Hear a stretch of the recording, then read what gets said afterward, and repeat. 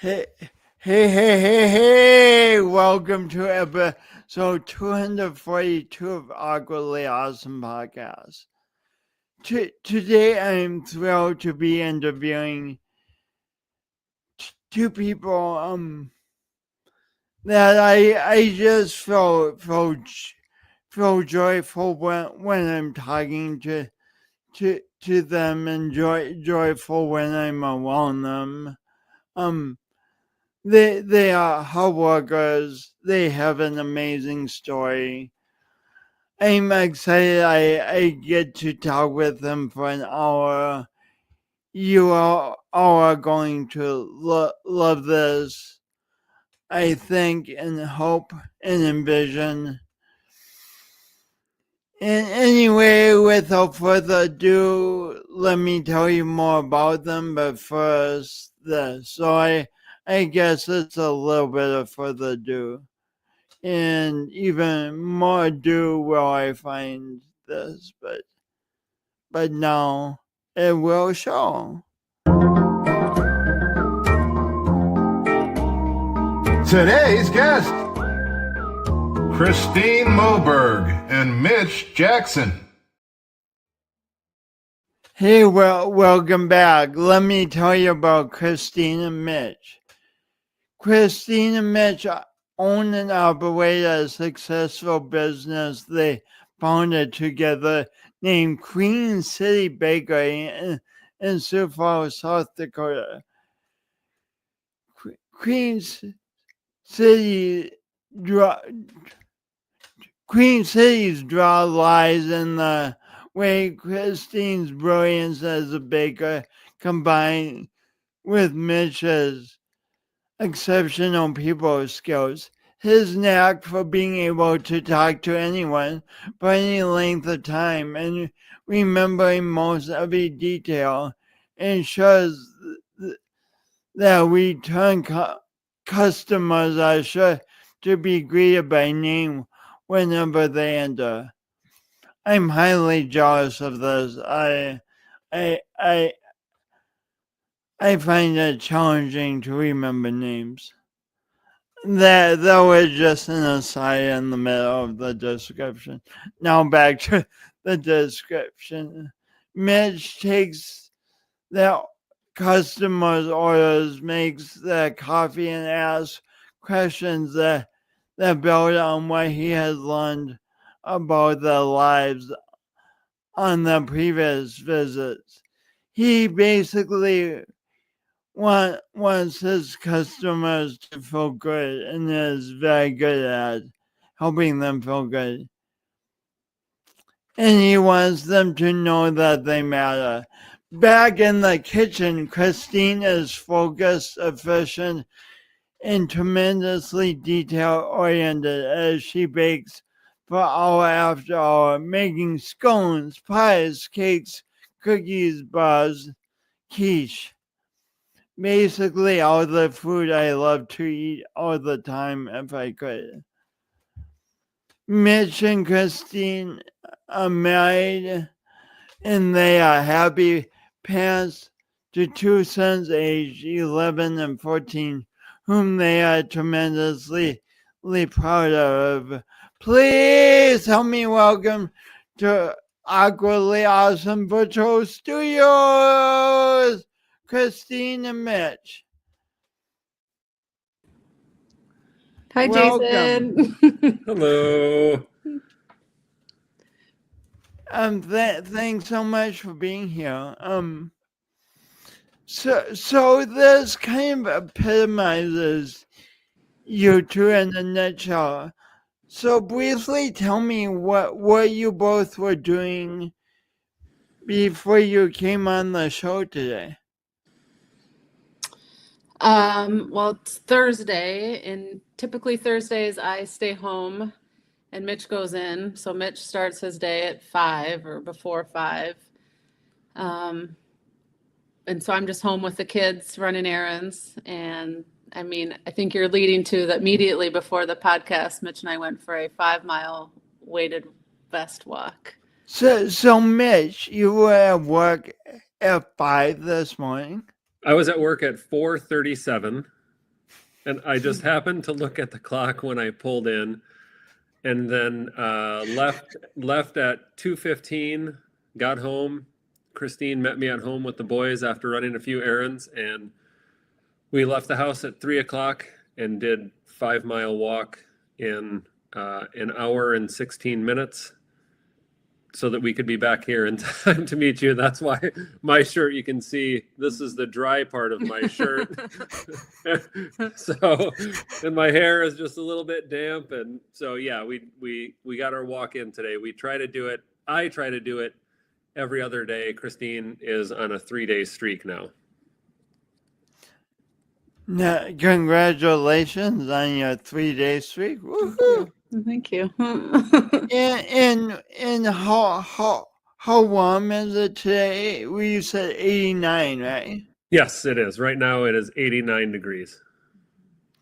And so you it's 89, and people usually are into like wearing t-shirts, tank tops. What is the thing about weighted vest?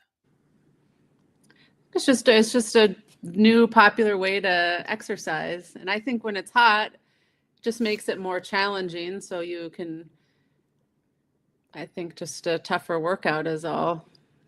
So you can just do the same amount, or I mean, we could have gone less, but we have this same loop that we do. So once we were out, we had to, finish it. What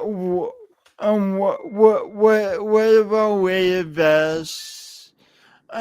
Never mind. I'm turning off my notification. What about being challenged? And what about creating challenges appeals to both of you? Well, Kristine's always been a hard worker and always physical challenges. She's always been somebody that has excelled in her ability to take a challenge and complete it. Not necessarily for an end result, like a race or something, but just as a means to live longer, live better. I have always needed something to train for. So this is a new era for me. We have both done endurance mountain bike races. We both did a 50-mile mountain bike race out in the Black Hills. I did it 1 year and Kristine did it 2 years later. I used to run marathons.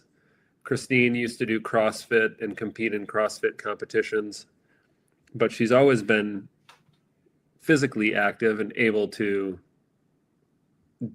work out to sustain, a healthy lifestyle. So this is me just trying to follow that. And it's a really nice way for us to have an hour and a half walk together, and we just talk while we're walking. So, but she's always been one to take on challenges for sure.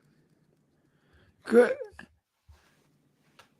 Kristine, and in life, sometimes people kind of try to avoid challenges or take the easiest way possible, and you can see this in like all the technological advances now. Mm-hmm. Like we mostly don't have to do anything for ourselves, just there's one technological thing or another to do whatever. What do you how do you think challenges improve your quality of life?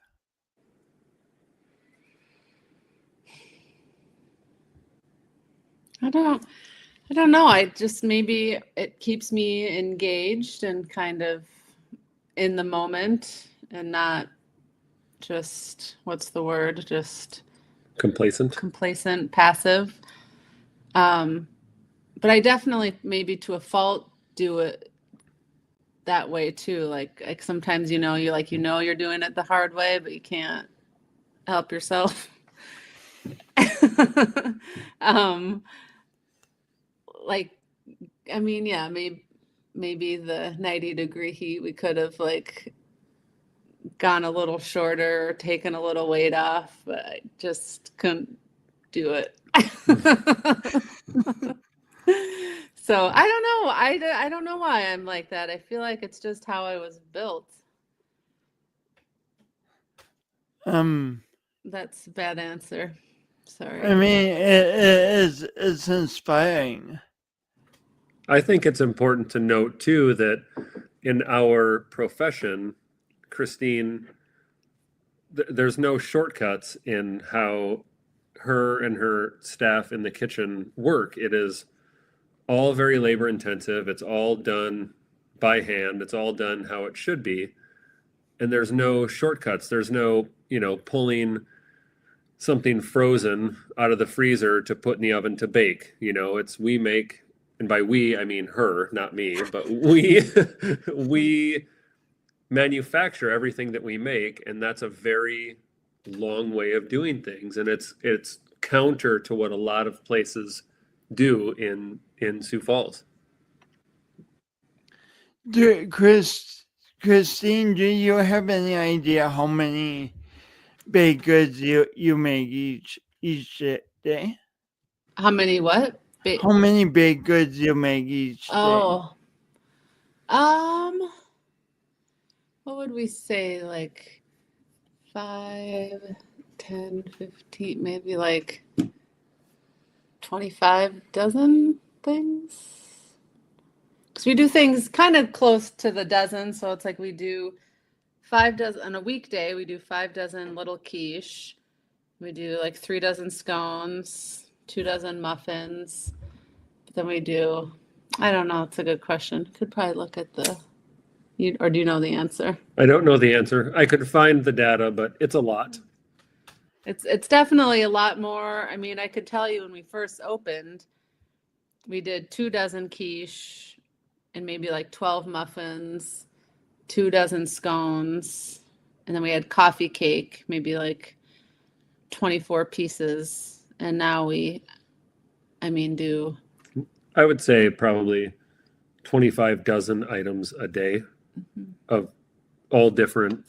Including cookies and maybe more. How do you stay focused, Kristine? I mean, because like you have a very present deadline each day. Like you can't just say, "Oh, I don't feel like baking today. I'm going to do it later this week or next month." yeah. How do you show up consistently and perform at that level? Well, we have, a whole audience of people that, would be disappointed, but you can't really do it for them. But they are part of the reason. A lot of regulars, a lot of people that come in every day, every other day, and have supported us since the beginning. And yeah, that would be sad to disappoint them. But it's just, I think it's the way I operate as an individual is just a fit with how a production bakery works. We have a production list that we do the day before for the next day. So it's not, you get there and you just look at the list and go. So, which is nice, is you don't have to think about it. You think about it the day before, and obviously adjustments are made, but there's just satisfaction in plowing through a list. I have a list on my day off that I had to get through as well. So you like lists? Yeah, I'm not crazy about lists. Like I know some people are, but I do like a list. It does at the bakery. It does feel good to like cross something off the production list, and it's always funny because the bakers, we get mad if somebody else crosses off something that we did. Like, no.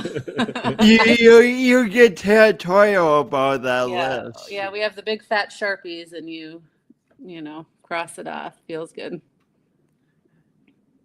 Or you can make an X on it, which means that's not happening today. or just an arrow, it says tomorrow or a different day. So the list does get modified. There's some flexibility. Mm-hmm. Mitch, did you ever? I know you've worked a variety of jobs, and you grew up around customer service. But did you ever expect to enjoy this job as much as you seem to enjoy it?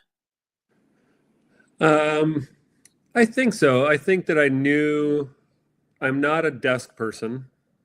Unfortunately, one of my roles at the bakery is all the accounting and payroll and taxes and bookkeeping stuff. So I do have to spend time at the desk. And you love that?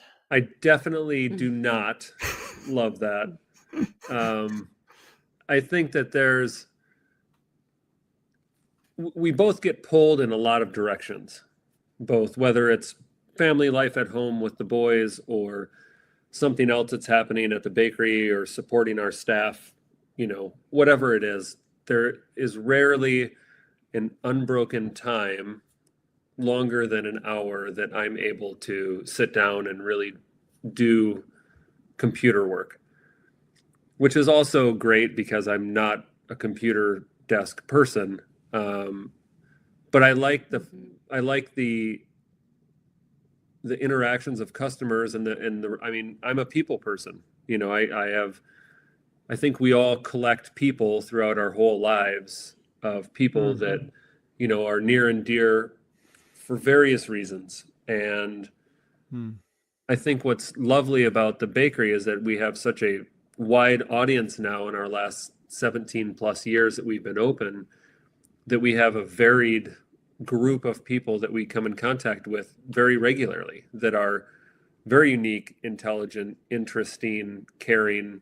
And then we have also people that are undesirable, that force us to feel or to act in ways that we may not want to, but it, invokes an emotion or a response or something. And that it's kind of all facets of life that we deal with every day. We also deal with in a very specific setting that we have created. So I love the interaction with people. I love hearing their stories and relating with people. And, we've said for a long time that South Dakota isn't really a family tree. It's more of a family wreath because everybody knows everybody one way or another. And so making those connections with people, but also introducing people who have never met before, but have some similarity or common ground or a relatability is also enjoyable for me, that I can introduce people that are able to make those connections. And that's still true to this day. There's still people that have met at the bakery that see each other every day, that have conversations or meet up for coffee to catch up and see what they're doing. And that's what community is. That's creating community. And so our space has enabled us to facilitate a lot of that happening. And it's a place, from we've had weddings, we've had funerals, we've had baby showers, we've had bridal showers. We have, we've kind of seen the gamut of human emotion, and we've had, incredible, wonderful things happen, and we've had, tragic things happen. So it's kind of all the things that we deal with in life and with people is what I get to do every day. Mitch, when we were talking last week, you guys were gracious, invited me to your house. It was lovely. but you said starting a business is exhausting. Running a business is exhausting. Raising a family is exhausting. Running a business while raising a family and going through pediatric cancer treatment is exhausting. Running a business while raising a family and going through pediatric cancer treatment and repairing your flood damaged house is exhausting. It's easy to withdraw when things are difficult. Kristine always leans in. She just keeps going, and that keeps me going. Mm-hmm. Yeah, it's so true. I think that we're fortunate, and maybe this is her natural ability, and maybe my learned behavior from her is we don't stop. I think at any point in a relationship, business or personal, there are instances that could be a huge wedge between people, whether you're business partners or spouses or both in our case, that could or parents. Or parents, absolutely right. There are instances that can fester and create a wedge that can push people apart for myriad reasons, right? It can be one small thing, it can be one large thing. And one thing that we've always done is, instead of pulling apart, we've always leaned in. So we're able to be successful professionally because of that, and also personally because of that. When we started the business, when anybody starts a business, you don't know what it takes or what it's going to do or how you're going to do it or what it is. And that's all that is what you're in. You don't know what's going to come. And we always just worked. That's what you do. You just work. And so when we were presented with some challenges with our son, when he had leukemia, when he was 1, we still had the business to worry about. We had employees to worry about. It was the holidays, so we had customers to worry about. But we just worked. And that's what you do, is you figure it out. And we both leaned into the situations that we were dealing with, living in the hospital, dealing with work, dealing with, our older son who didn't have any health issues, but was very much a part of the process of healing for our younger son. And, we just kind of went to work. And then one day, Kristine came home from the hospital or from work, and there was water pouring through the ceiling in our house, and a water line had broke in our upstairs bathroom, and it had run for 18 hours. And she called me, and she went and shut off the water. And, I called my dad to come be at the hospital with our son, who was getting chemotherapy at the time. So we had to have somebody with him. And I came, and we both just grabbed towels and started wiping up water. And that's what we do. You just work. It's the same thing now. We come home, and just like today, we don't sit down. We just keep moving. We've got things that we've got to do, which includes a 5-mile weighted vest walk, if that's on our list, or if that's what's important to us. We don't stop moving, because once you stop, when you wake up at 4:00 in the morning, it's pretty easy to fall asleep. So once you sit down, you're done for the night. So I knew after this hour chat with you sitting down that I wasn't going to be able to get up and get moving again. So we got the walk done, but it's all tiring. I mean, there's, work. If you don't have any of those challenges, it's tiring, right? I don't know anybody who's not tired at the end of a day, no matter what they're doing. So fortunately for me and for our business and for our boys, that Kristine has always been that hard worker that just keeps going and leans in, which I've probably, talking to you now, have probably learned from her example.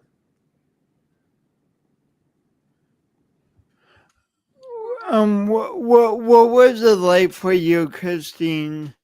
Like, you immensely stressful. Your son's getting treatment, getting chemo, and what was it like for you to open your house door and see water cascading around?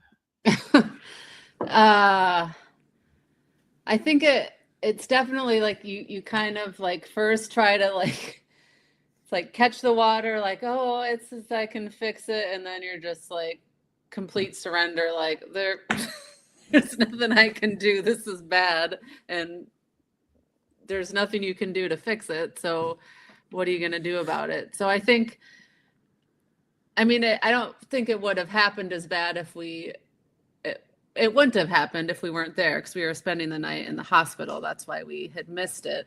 But it also gave perspective on the situation. And I mean, it sucked. It was one more thing to have to do, but I didn't really care. I honestly at the time didn't like staying at the house when we weren't all together. So Yeah. So I was kind of not sad that we weren't staying here after that. So. And when we were doing all of the reconstruction took 7 months. Wow. And when we would be looking at blueprints of things, to fix or everything that needed to be done, perspective, like she said, was everything. The house was just stuff. Yeah, it was our home, but it was just stuff. And what was important was, the family stuff. It's like getting our son better and taking our older son was going to preschool at the pavilion and just maintaining whatever sense of normalcy we could and trying to find the joy in where we were and what we were doing, and the boys were still boys. They still, as sick as he was, they still wanted to play. And so how could we facilitate that, and how could we give them whatever normal was for the 6 months that we lived in the hospital? I mean, that's a very profound line. It's obvious when I think about it, but sometimes we lose sight of it. The boys were just boys. Mm-hmm. They just wanted to play. Mm-hmm. Mm-hmm. And be together. It didn't matter where, right. In the hospital wasn't ideal, but they still got to be together. They had Christmas together. We had Thanksgiving together, all in the hospital. And, we had a tent set up in the room that they could, a little fort they could sleep in and play in. And, all the things that we could do. We used to go on wagon rides all through the hospital. I mean, I could get from the 3rd floor south of pediatrics all the way to the main lobby without ever going outside through all the underground tunnels. And we knew every alley in that hospital. And that was our, adventure. We would go exploring and just pulling them in a wagon, or whatever the case may be. So they just wanted to have whatever a normal life was for them at that time, aside from all the chemo pulls and pumps and, all that stuff that we had to deal with. So that's what we tried to do. What else would you say to parents who have kids in the hospital dealing with challenging health care conditions? Well, what else would you say to them?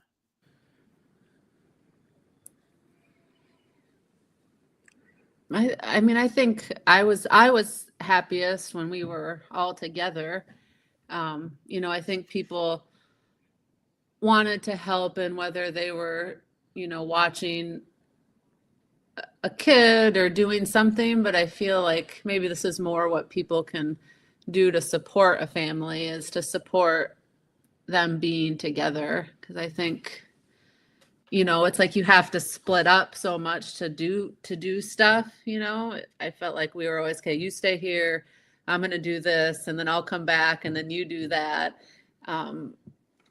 What you have to do. But I just think the best was just when we could just be together. It didn't matter if it was at the hospital or home or so. Yeah. I think it's also Because during this time you're running a business too. Yeah. And that Wow. got, I mean, it's amazing what you get used to, at the beginning when you not knowing exactly what was happening was the hardest because you still had to go to work and not know exactly how bad, what you were, what Felix was facing. So that was hard. But then once you get the diagnosis and you get what's happening and you just do it and it becomes less scary and easier to go get back to, some of the normal things.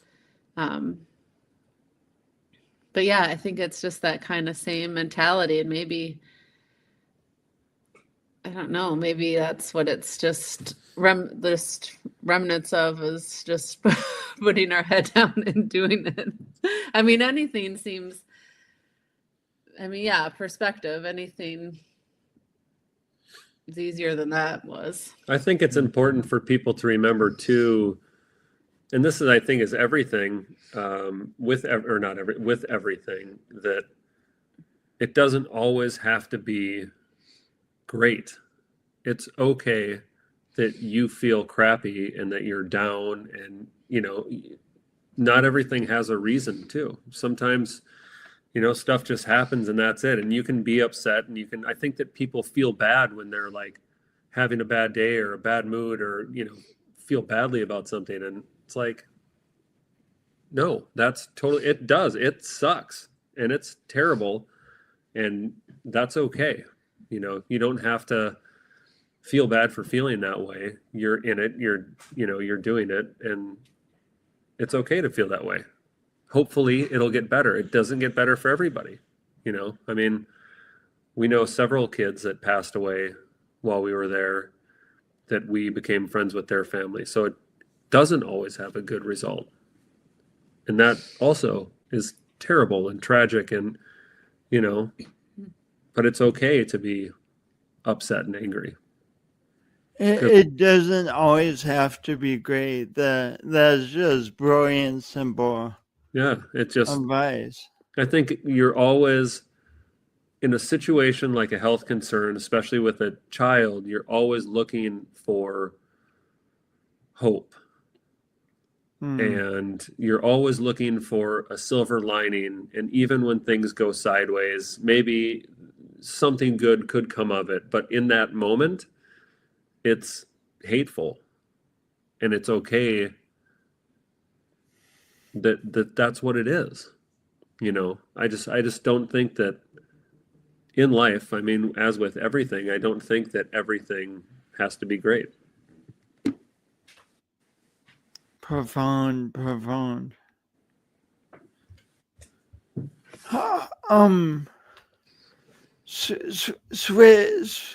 Switching, going back in time, how did you guys meet, Kristine? Did you meet at a bar or on Match.com? I don't think there was Match.com. Yeah, there was no Match.com.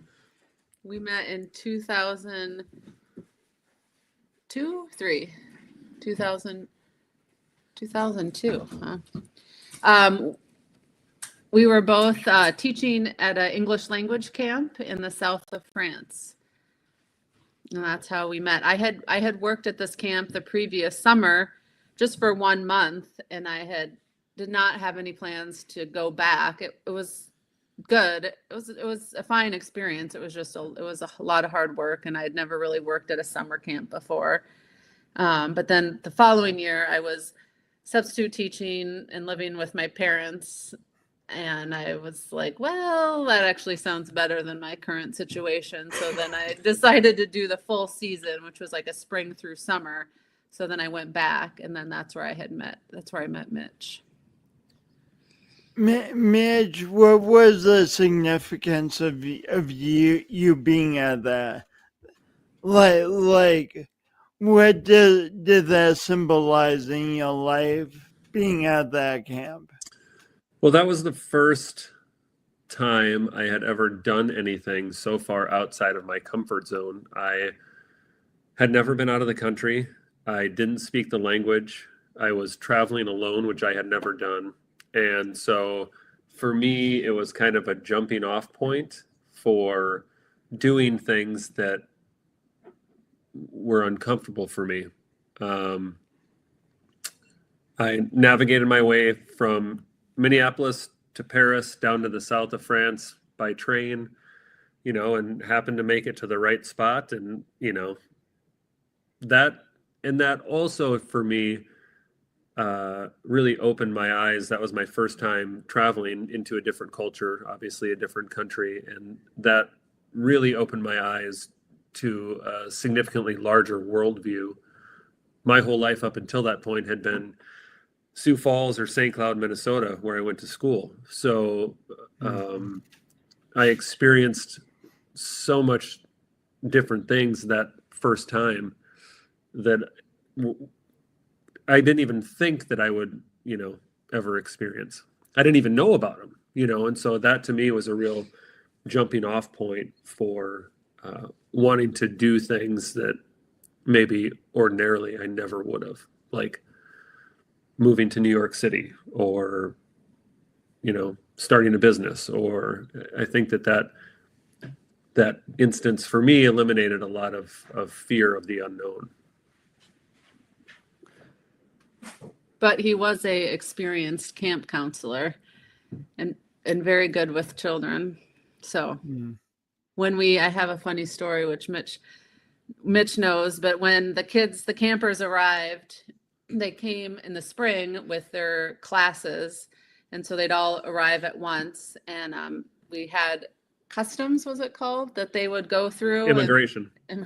So Yep. they would get their passports and we would, I don't know. So, and so everyone was, the counselors included, were, kind of shy. Everyone's getting to know each other.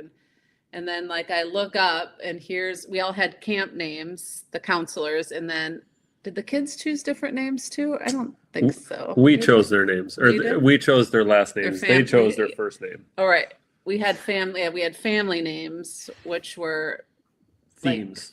So they would anyway, but so I look up and, the kids have been there, maybe 20 minutes, just those who have already gone through, and they're just following Mitch around in a line chanting TP, because his name was TP, and they're just TP, TP. And I'm like, who is this guy? And what's happening? Didn't these kids just get here? So it was very popular. So yeah, kind of still the same dynamic. It's a great story. I love that.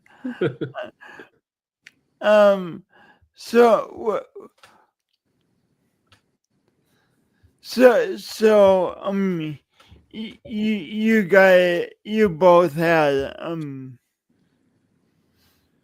had talents relating to kids.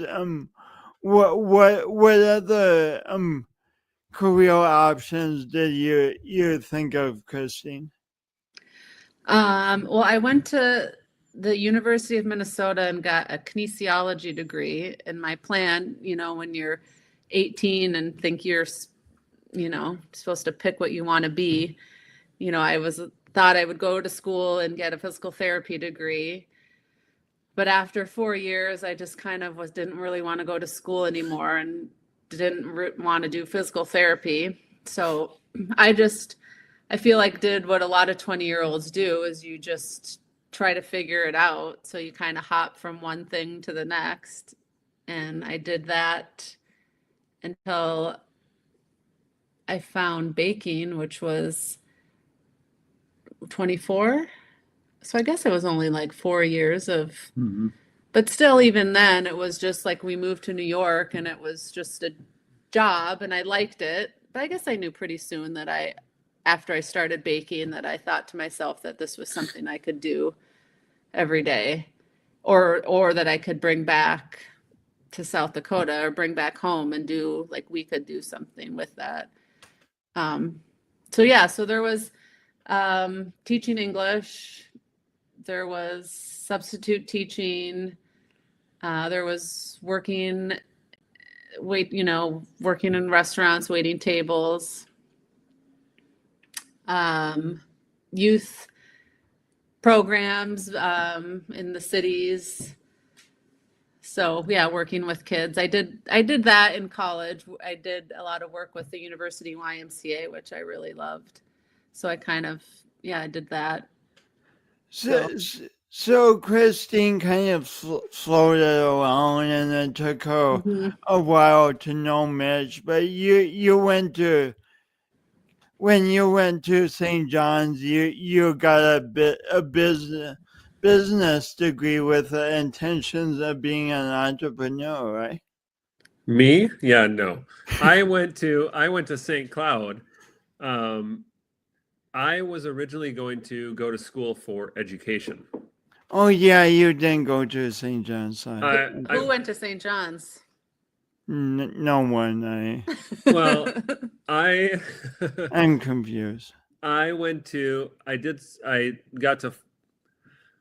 school for education originally, and I had a professor my first year who was very high up in the department, and his style of teaching I didn't agree with. He was a no-sayer.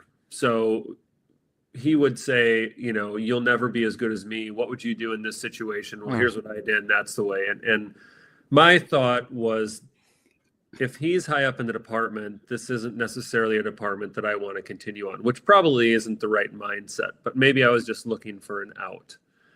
And during my first year, I had to take fine arts credit. And so I decided to take ceramics. And my whole life, I've never had to study.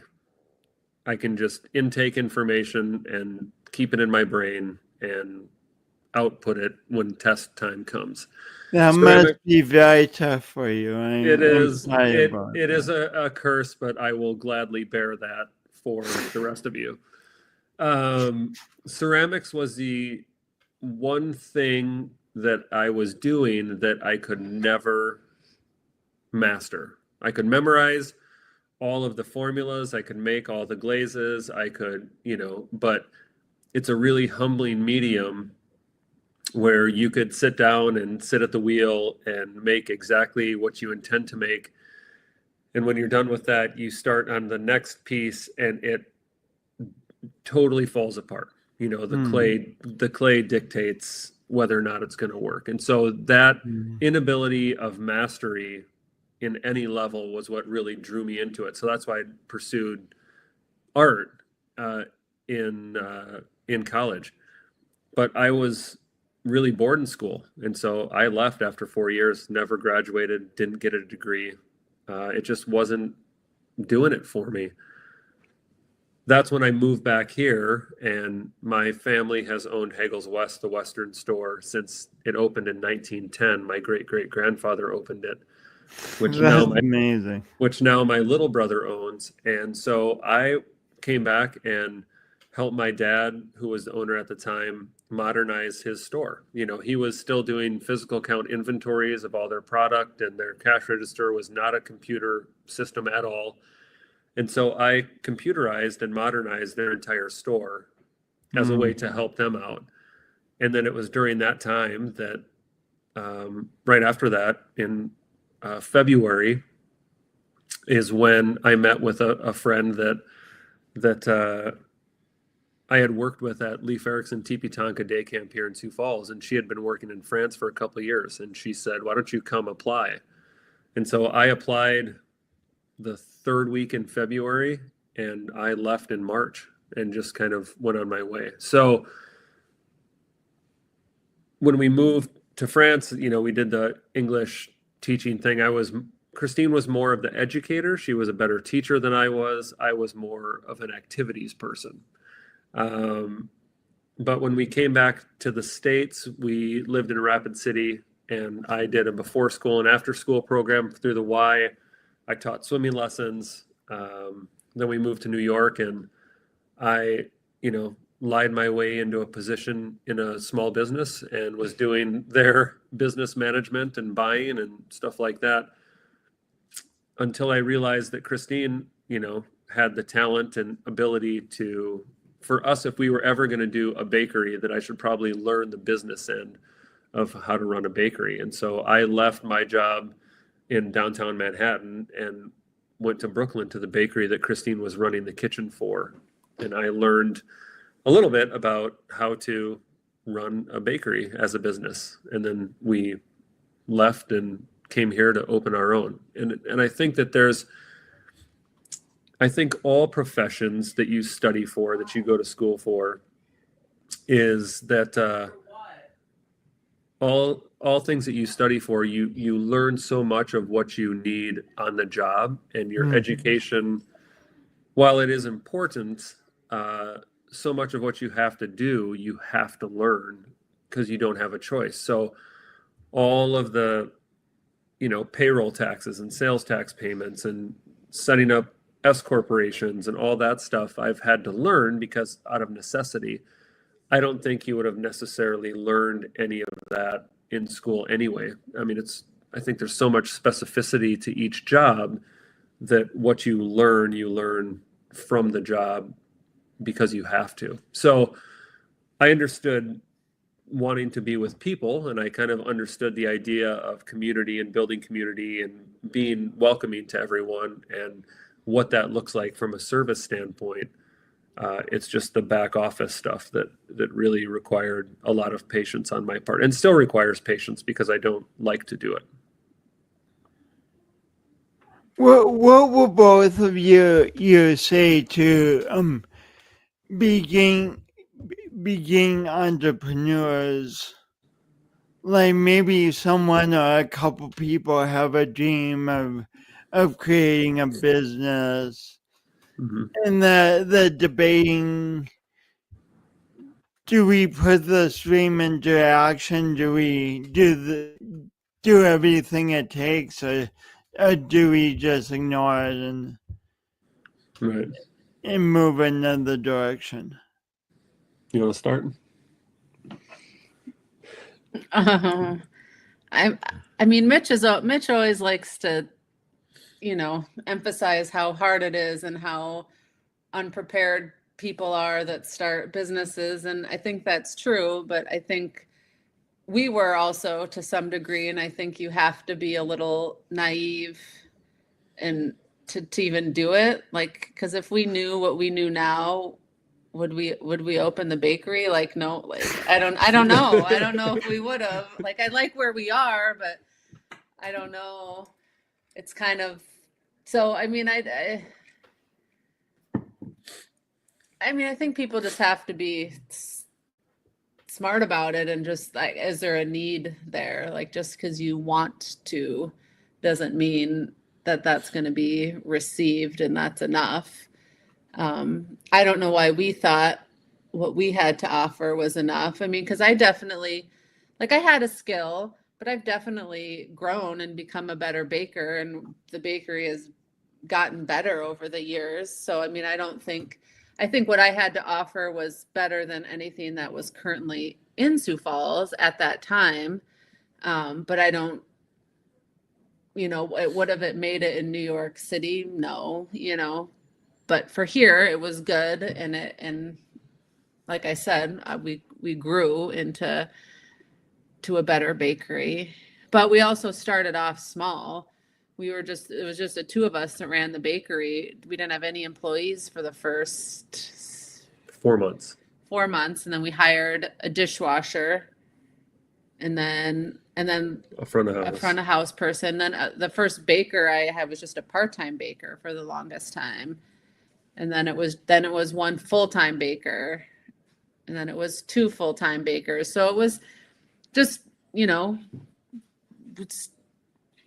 just starting out small and growing, and we never advertised. We have just kind of grown organically just through word of mouth. Like, I don't want to have to convince or trick people to come. Like, I feel like the customers that come to the bakery are people that want to be there because they've, found us or somebody's told them and they're interested. So I feel like that keeps a better customer base too. Like, you don't just get someone there because I don't know, for whatever reason, but I tell a lot of people too that depending on how involved you want to be with your business, it can be all consuming. I mean, that's all we did when we started for months, and it was long, long, long days. and we were the perfect age for it. I mean, we didn't have the kids. We didn't even have a house. We lived with Mitch's parents, so we could just literally devote as much time as we needed to make it work. And then it was kind of, yeah. But How long had the bakery been open when you had your first? It was about, let's see, we've been open a little over 17 years, and he is 14. So, yeah, it was about 3 years old. felt longer. Felt longer. It was a long first 3 years. But yeah, and we've been kind of, I mean, planned stuff maybe just like too much. It was just kind of also naively going into parenthood. Like I could just flip a switch and have a baby when I wanted, not knowing that that might not be how my body works, but we were super fortunate and were able to get pregnant and have Luca because I was 34. But it was just like, living in New York without any family or help or making enough money to have childcare, like that. Having a kid in New York was not going to happen. And then you just open a business, and as much as we were working, it was like, oh, how is that gonna work? Mm-hmm. So, but we still waited till we thought it was gonna work, and then that. So, What would you tell parents who have a business together and are thinking of having kids? I don't think there's ever, I don't say not to wait. I feel like you wait till you think you have enough time or money or yeah, and it's like that's time isn't a guarantee. So I would not wait. And also we had the kids who grew up in the bakery. I think that was as hard as we worked, it was also our business and we could do it how we wanted to. And that was having the kids there, which was hard, challenging because it took a lot longer to get stuff done. But also they were there. And I always say, we can't blame anybody else for their bad behaviors because we raised them like they weren't in daycare or, they were around us all the time. Wow. So, but it was, I mean, and now we can go on those walks because they're old enough to stay home alone. That must be an interesting change to suddenly have like freedom to go on a walk. Mm-hmm. Yeah, I know. I'm grateful. Like, part of you is sad because they're grown up, but it also feels very natural just to kind of want your freedom back and want them to grow up too and not need you. And so it feels good. And we didn't have to like miss out. I mean, we've always been able to drop them off at school and pick them up, of course, with lots of help from, family and helping us out when we needed it. So we couldn't have done it without them, but the bakery, we made the bakery allow us to be the parents we wanted to. And I think since we didn't feel like we missed out because of work or because they were there, that it's just feels fine letting them grow up and give us our freedom back. Mitch, what has it been like coaching soccer for your boy? It's been great. I've coached Luca. Now I think he's aging out because he's going into high school. So I've coached him for 10 years. For 10 years? Mm-hmm.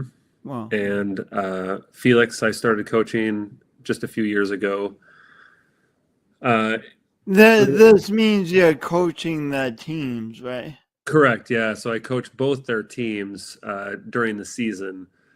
So I will have, a couple practices a week, one for each team, and then we'll have a couple games for each team during the week also. So it gets a little bit, I feel like, with our schedules, with as much activities as the boys are in and with our work and things that we've got, some days I feel stretched a little thin just because it's constant running from one thing to the next.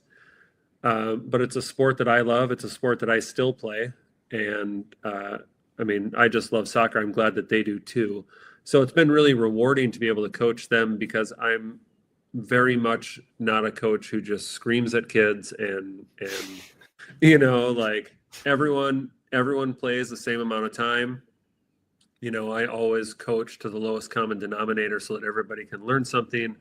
And there's reasons why I do things. And it's not just, I think that there's so much more involved in sport than just the sport itself. I think there's a lot of lessons that can be taught about how we deal with situations in life and, things like that.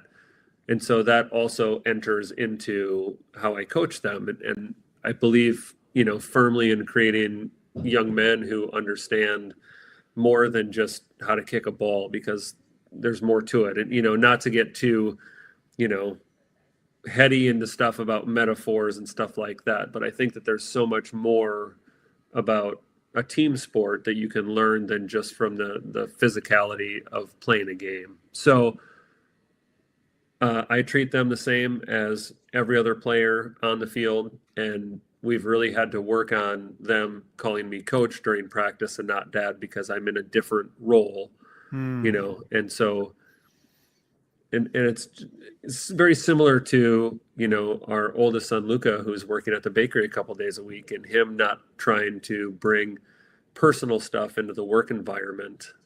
He's at work and he's an employee, and this is his role and this is his job and this is what we're trying to teach him. So there has to be that delineation of personal. Yeah, you're still our son. I'm still, but I'm also coaching 13 other, youth at the same time with a common goal of not only, being successful on the field, but it's also morally, how are we performing, where are we at as young men, and what's our, our standard of behavior. My standard of behavior is very high. And so, it's been great. Really. I am not able to coach Luca anymore because he's in high school now, but I'll keep coaching Felix, and it's something that I love to do. And he's good at it. The parents love him. Kids sports is sometimes very hard to watch from the sidelines as a parent, because you see coaches just yelling, and it's not, they're just, the kids, they're just kind of confused. And Mitch is, everything he always says is constructive and has a purpose. Whereas what some coaches you watch and it's like, what is happening? Is that coach having a tantrum on the sidelines? These kids are 11. Like, what's happening? So yeah, all the parents are always just love Mitch, because he treats them. They're just playing rec soccer. So the point is to be a team, to learn how to play soccer, but this isn't, I don't know, pretending they're little professional athletes, I guess. Yep. Sounds wonderful. Last question before I ask two more questions, and then we'll be done. Kristine, so much work and all. In your marriage and business, there's so much work. Just so much work. How do you I know a lot of couples struggle with dividing work up equally or somewhat equally. How do you two manage to do that? Well, I don't know. I just feel like it. We've talked about this. Sometimes we go through phases where and it's kind of seasonal, like who's working more, and then during the holidays, I put in a lot more effort at the bakery, which just means Mitch manages the home front more.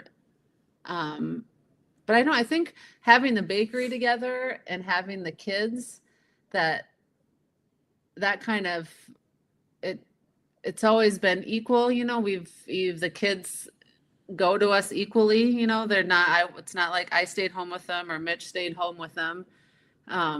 So I've never been working while Mitch is at home with the kids, thinking, that I'm not there. I should be there. I know that they're just as happy with Mitch as they would be with me, and that's fine. And so I think splitting our duties with the kids equally is, kind of the bakery, we have different roles.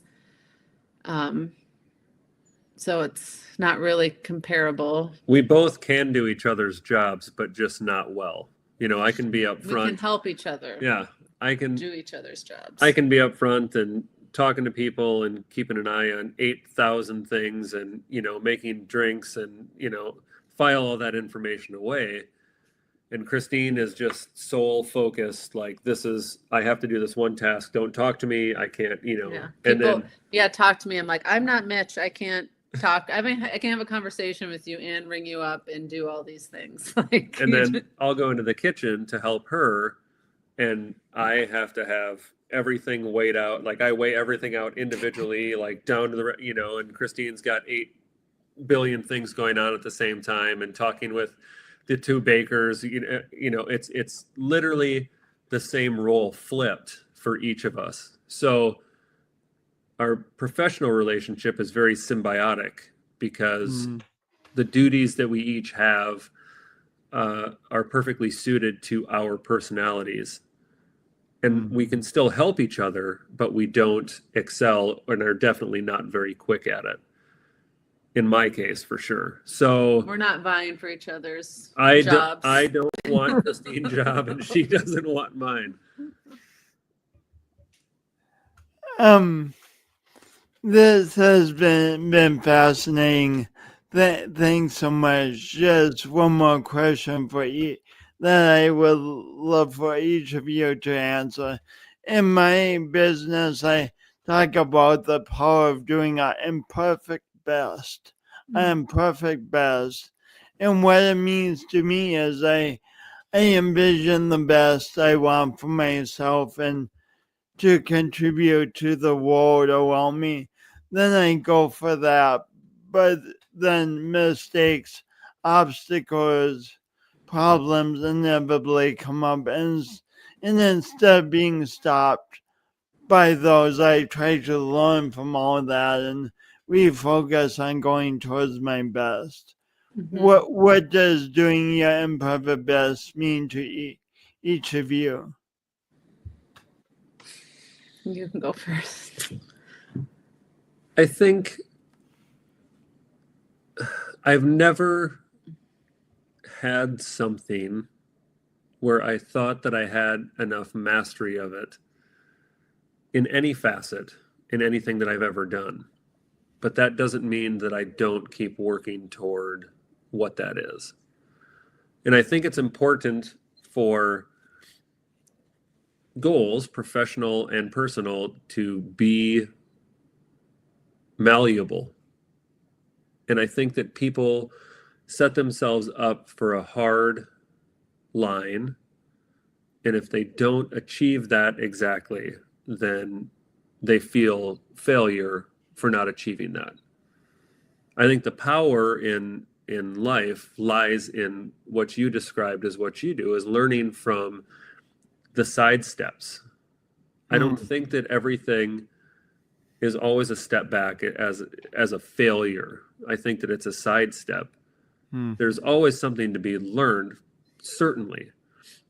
But those sidesteps aren't always discouraging either. I think that can shoot you in a new direction. For baking, for Kristine, for example, she was working in a bakery, working in the front of house in New York, and got back in the kitchen because she was curious.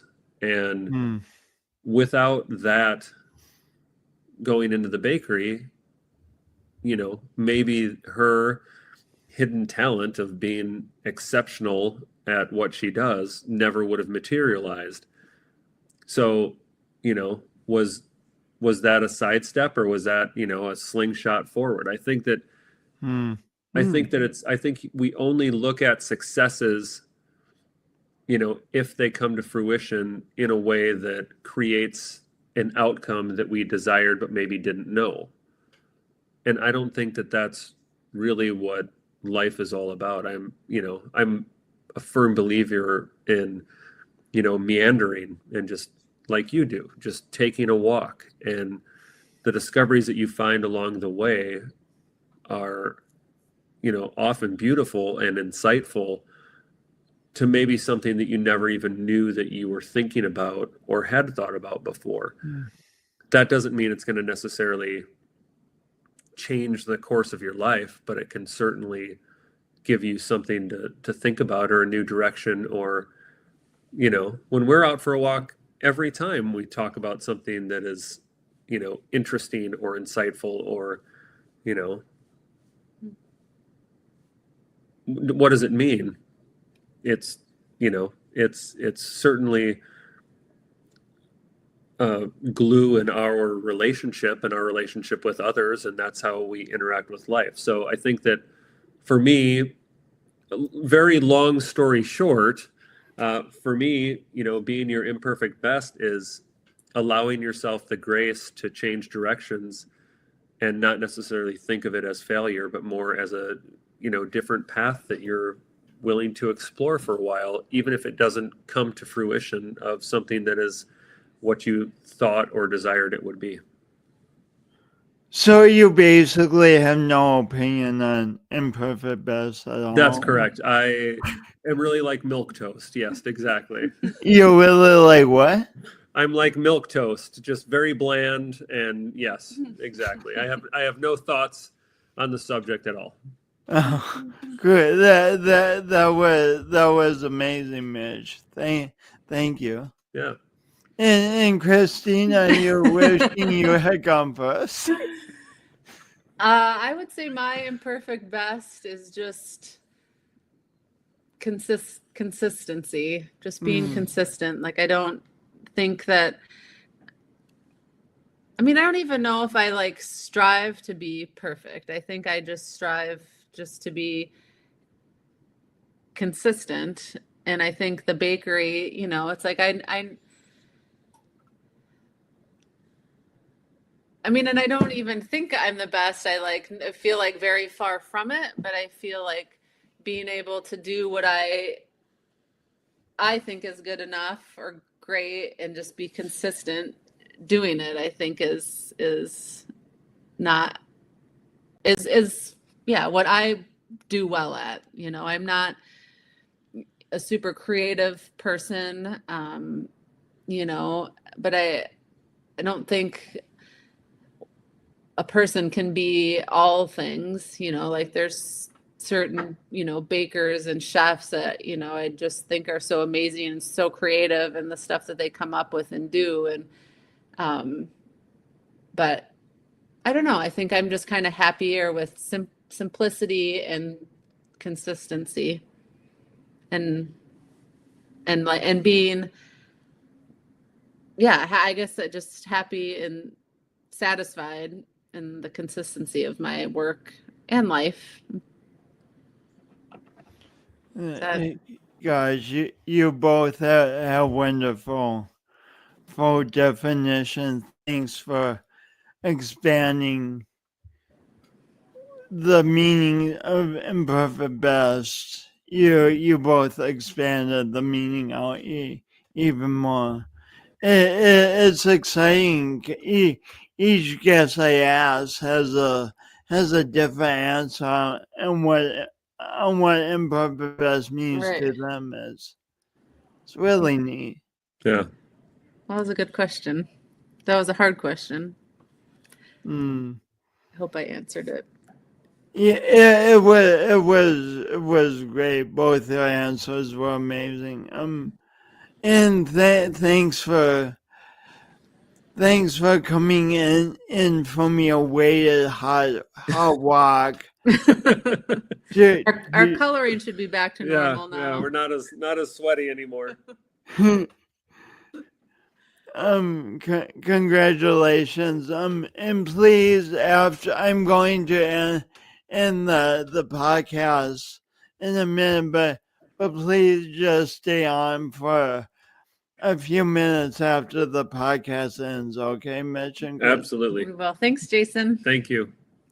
Yeah, you're welcome. Thanks for being on, and thanks to all of you for listening and for thinking about the stories and the wisdom and just thanks for being you wherever you are and wherever you find yourself in life. This life is a journey and it's challenging and it's sometimes exhausting and we just don't always know the answers of what to do next, but we can keep going and hopefully find things that bring us joy. But as they pointed out, not everything is going to be joyful, but hopefully we'll find a lot of joy in the midst of everything else going on. Yes. Anyway, tune in for another episode next week. Please leave comments if you're inspired. Thanks for being you. See you next time. And smile.